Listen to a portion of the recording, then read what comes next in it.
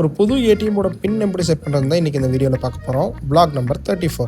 இன்றைக்கி நம்ம எங்கே கிளம்பிட்டோம்னு பார்த்தீங்கன்னா, நம்ம அம்மா வந்து புதுசாக அவங்களோட பழைய ஏடிஎம் கார்டு தொலைஞ்சிச்சுங்கிறனால நியூ ஒன் வந்து கொரியரில் வந்துச்சுங்க. இந்த ஏடிஎம்னுடைய பின் செட் பண்ணலான்னு சொல்லிட்டு தான் நாங்கள் கிளம்பி போயிட்டு இருந்தோம். நாங்கள் இன்றைக்கி போயிட்டுருக்க வழி பார்த்தீங்கன்னா, குறிப்பிட்ட இந்த இடம் வந்து இப்போ ரீசெண்ட் டைமில் ரொம்பவே ஃபேமஸ் ஆச்சு. பார்த்த உடனே உங்களுக்கு இந்த இடம் தெரிஞ்சதுன்னா கமெண்ட்டில் சொல்லுங்கள். ஆக்சுவலாக இப்போ ரீசெண்ட் டைமில் யானை வந்து விளையாடின குட்டை இதுதாங்க நம்ம காக்னிசன்ட் பேக் சைடு.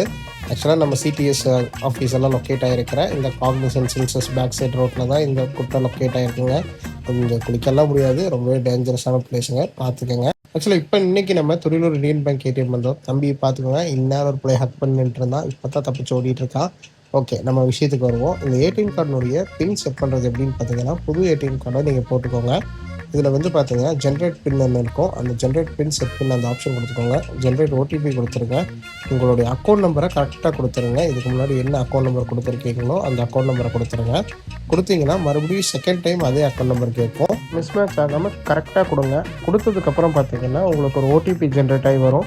ஆல்ரெடி நீங்கள் பேங்க்கில் கொடுத்துருக்க உங்கள் ரெஜிஸ்டர்டு மொபைல் நம்பருக்கு ஃபைனலாக நீங்கள் அதை வச்சு உங்களுடைய பின்னை செட் பண்ணிக்கலாம். நாங்கள் அதை முடிச்சுட்டு வரும்போது படையப்பா படம் பார்த்தீங்கன்னா ரீசெண்ட் டைமுங்க சும்மா தட்டி எரிஞ்சிட்டு இருந்தாங்க பசங்க. ஸோ இதே மாதிரி நிறைய vlog பார்க்குறப்ப மறக்காமல் நம்ம பேஜை ஃபாலோ பண்ணிக்கோங்க. பாய்.